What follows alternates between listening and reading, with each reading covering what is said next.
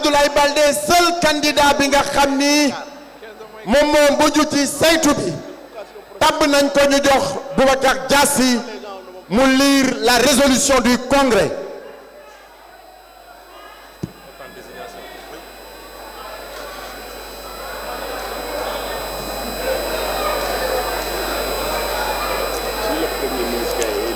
Résolution portant désignation du président du parti. Au Congrès constitutif de l'Union centriste du Sénégal,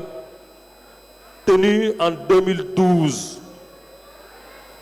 Dr Abdoulaye Baldé a été unanimement désigné président du parti. Au terme de son mandat, le président a convoqué le dit congrès ce samedi 20 janvier 2024. Le congrès ainsi réuni, considérant le leadership du président Abdoulaye Baldé au plan national et international, considérant le travail important de pilotage, de coordination, d'orientation et d'impulsion du parti, considérant sa forte contribution à la vulgarisation de l'idéologie et des valeurs centristes, constatant sa posture d'homme mesuré, rassembleur, doté d'un sens élevé de l'État, de la République et de la cohésion nationale, considérant la vision et le projet innovant qu'il a pour le Sénégal, a pris les résolutions suivantes. Dr Abdoulaye Baldé est unanimement désigné président de l'Union centriste du Sénégal. Et je pourrais...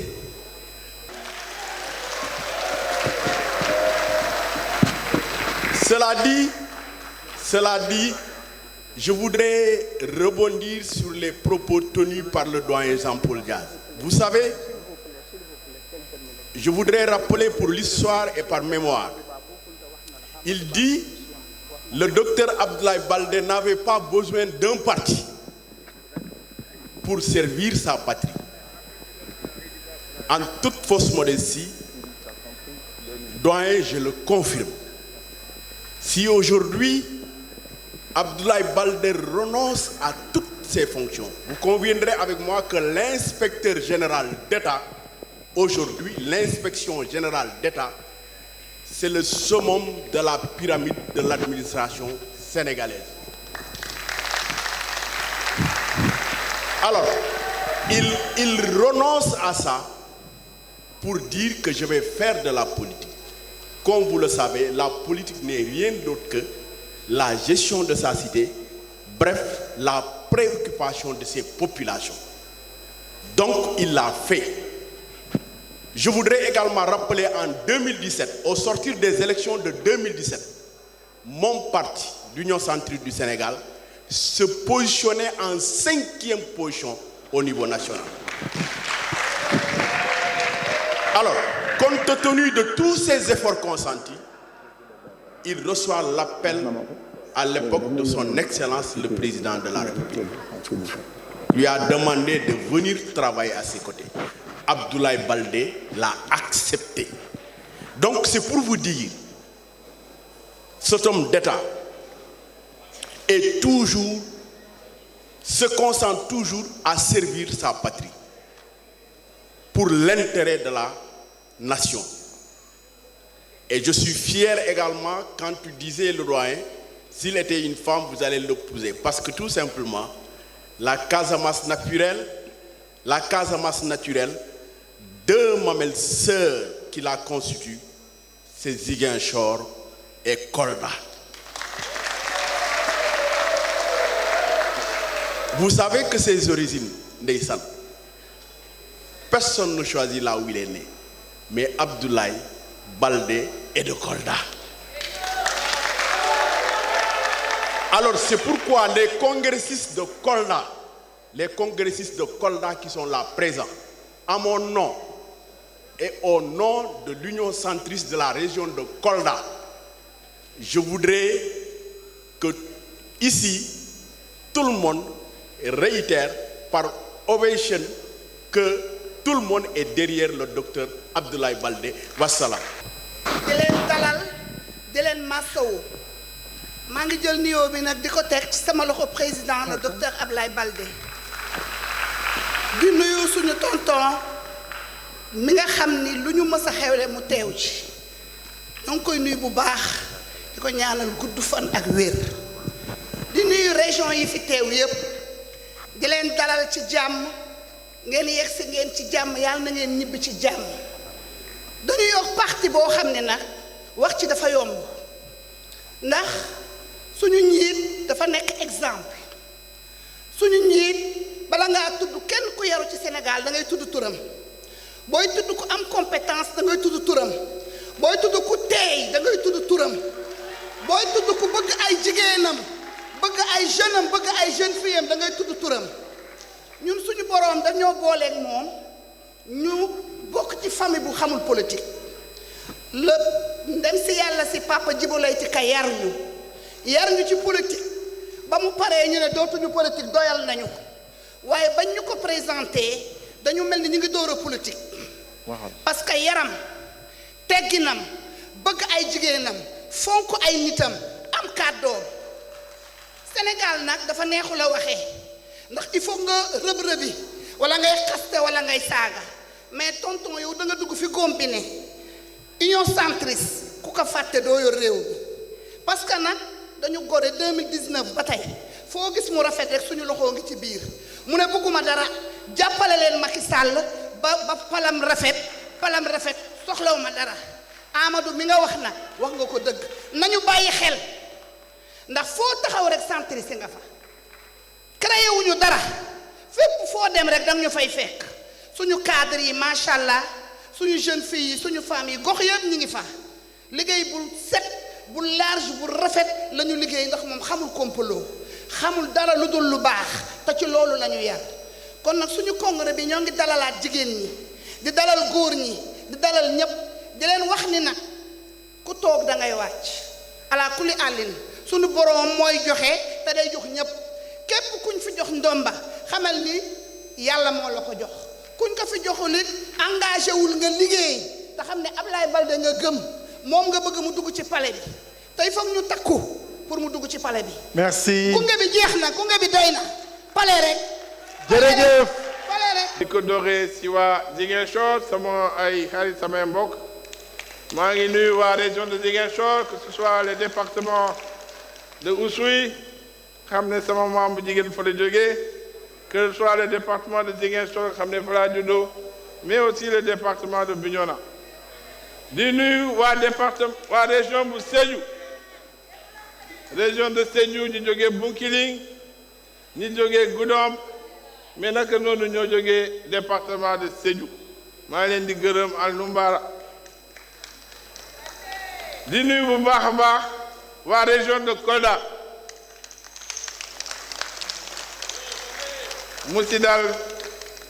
musidal Kolda naaɓe fof mi salmini on mi weltanima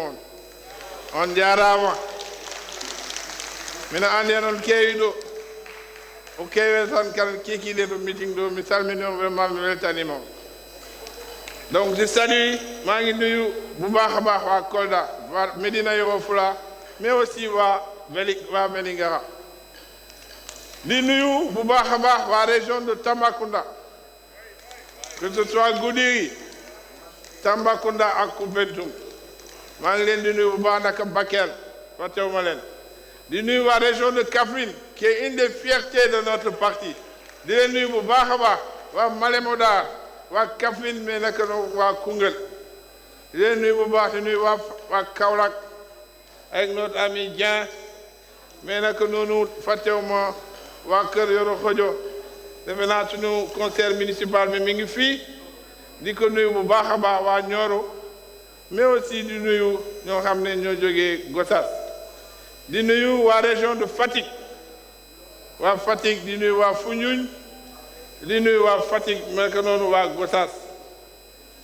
région de Kaolack fàttewoon naa waa ñu xam ne ñoo jógee si ville département boobu nga xam ne Souleymane Ndéné Ndiaye moo fa nekkoon maire mooy waa Guinguinéo di leen nuyu bu baax a baax bu fa jógee dinaa nuyu waa Mbour département Mbour mooy région de Thiès maa ngi leen di gërëm bu baax a baax gis naa leen monsieur Sall di nuyu seen porte-parole bi madame Niane aussi waa Mbour la donc Mbour mais naka noonu Maroon di nuyu waa Thiès gis naa leen waa Tivaouane sama sëriñ si mi ngi leen di toog mais naka noonu di nuyu ñoo xam ne ñoo jógee région de Louga waa Linguère waa Louga ak waa Kébémer di nuyu ñoo xam ne ñoo jógee région de Matam Matam mi salmini on feewi mi weltani on jarama naka noonu waa Ranérou waa Matam mais aussi waa Kanel maa ngi leen di nuyu bu baax a baax di nuyu waa Saint-Louis la région de Saint-Louis ñu jógee Richard Toll ñu jógee Podor mais naka noonu ñoo xam ne ñoo nekk région département bu Saint-Louis ñoom Idi Ba maa ngi leen di nuyu fàttewu ma kenn vraiment kontaan naa si yëpp parti bi suñu parti la moom moo ko ñun ñëpp a ko bokk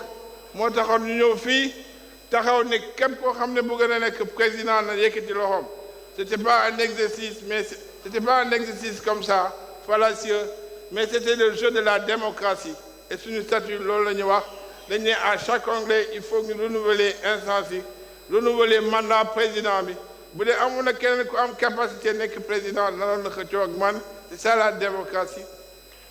mais aussi les statuts ñoo ma jox pouvoir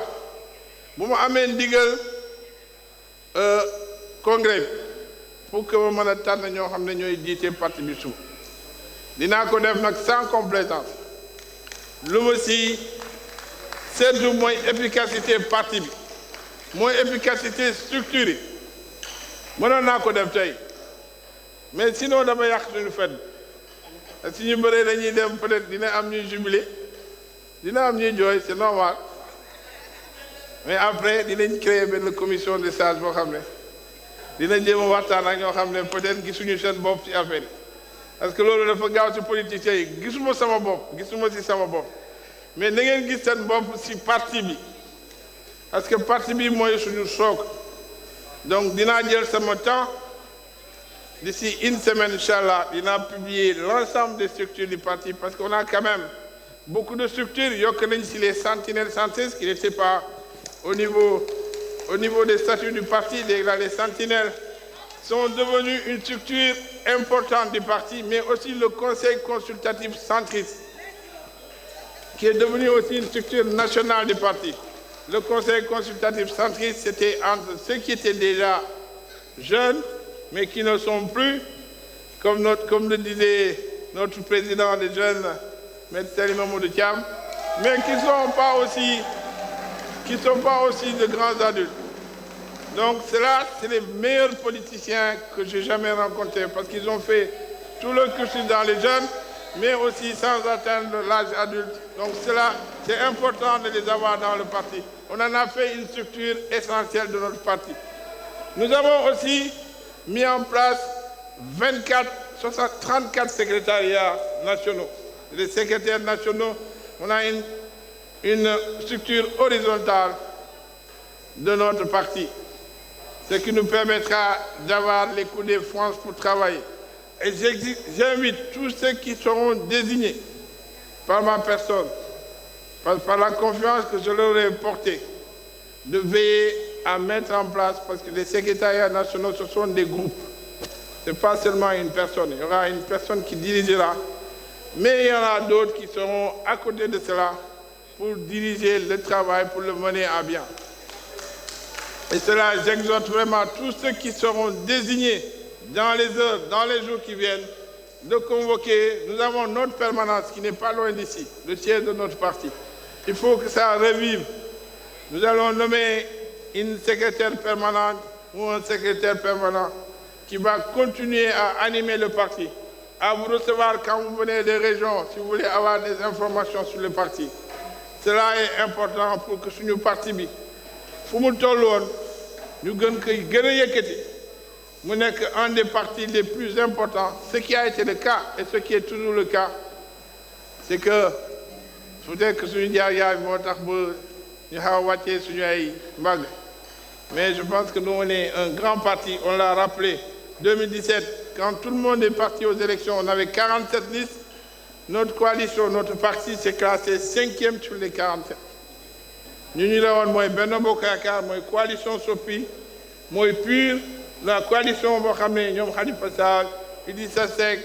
Malick Gakou, Cheikh Bamba Dièye, tous ces gens-là, ils avaient créé une coalition. Nous nekkoon 3e.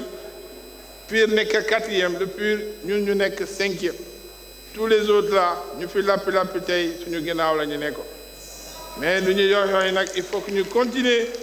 di liggéey rek mooy tax bu ñu nekk fu ñu waroon nekk ñoo xam ne dem nañu nañ leen ñaanal bu ñu dem gënal leen fu ñu jógee ñu fi ñëw nag ñu leen di talal loxo UCS parti c'est un parti, c'est une famille. te yàgg naa ko wax ku ñëw dëmb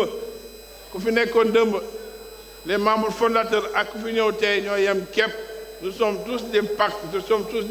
des adhérents et tout le monde aspirera aux responsabilités parce que dinaa xool intérêt parti bi moo xamee ni que kii su ma ko dénkee lii dina ko doxal mu waree am na compétence am na 500 000 dinaa ko dënk et sans état d'âme donc am naa wax ji du ma ko guddal di leen wax ni kontaan naa trop kontaan naa si fàtte naa j'ai oublié l'adjoint au maire de Oulampat mi ngi fi aussi yaa dikoon que moom aussi si suñu jàmbaaru parti bi la rek mais di nuyu aussi bu baax a baax les nouveaux adhérents dama ko fàtte woon wax naa ñu ci bëri mais on a aussi un adhérent de taille à Ziguinchor. Il y en a d'autres qui viennent là. Ousmane Goudiaby qui était l'ancien directeur de cabinet de notre sœur Assom Diatta qui nous a rejoint ces derniers jours. di nuyu waa diaspora bi nag ñëpp la parce qu'on est en direct sur les réseaux sociaux. di nuyu waa Espagne di nuyu waa Maroc defe naa waa Maroc ñu ngi fii di leen di kaddu gi tout à l'heure au niveau du meeting. di nuyu waa Mauritanie parce qu'ils sont très dynamiques. di nuyu waa Bénin ak waa Togo parce que demoon naa fa bu yàggul dañu def benn mobilisation bu am solo. di nuyu waa France avec le coordonnateur Ibrahima Sonko nga xam ne on était seulement le samedi dernier ensemble en Espagne pour tenir un grand meeting. di nuyu waa Belgique waa États-Unis avec notre ami Solo Ibrahima Solo Diafouné mais ñëpp ñoo xam ne aussi ñu ngi ci diaspora bi di continuer di xeex ñu jàppale. di nuyu vraiment ñëpp ñoo xam ne jàpp nañ ci organisation bi am na ñoo xam ne defuñu politique mais jàppale nañ bu baax a baax pour que suñu kuréel bi mën a taxaw bu baax a baax mooy sama collaborateur yi nekk APIX jàppale nañ bu baax a baax maa leen di gërëm ci jàppale bi waaye seen fële ñoom Oumou Baldé maa ngi leen di nuyu bu baax a baax ñoom Jacqueline mais naka noonu maam Sébou vraiment yéen ñëpp aw ma seen fay jàpp ngeen ci mbir bi di nuyu waa responsable Dakar yi ñoo xam ne ñoo dalal ñeneen ñi di féliciter le comité d'organisation nga xam ne Léna Goudiaby moo leen diriger mais aussi le comité d'animation ak Aïssatou Nango mais naka noonu le comité plutôt de c'est ça et puis j'oublie pas notre ami Boukounta Mbaye la star Boukounta Mbaye et tous ceux qui ont tenu vraiment le comité de rédaction des statuts avec Maroun, avec John, mais aussi le maire Thiam. Vous avez fait du bon travail.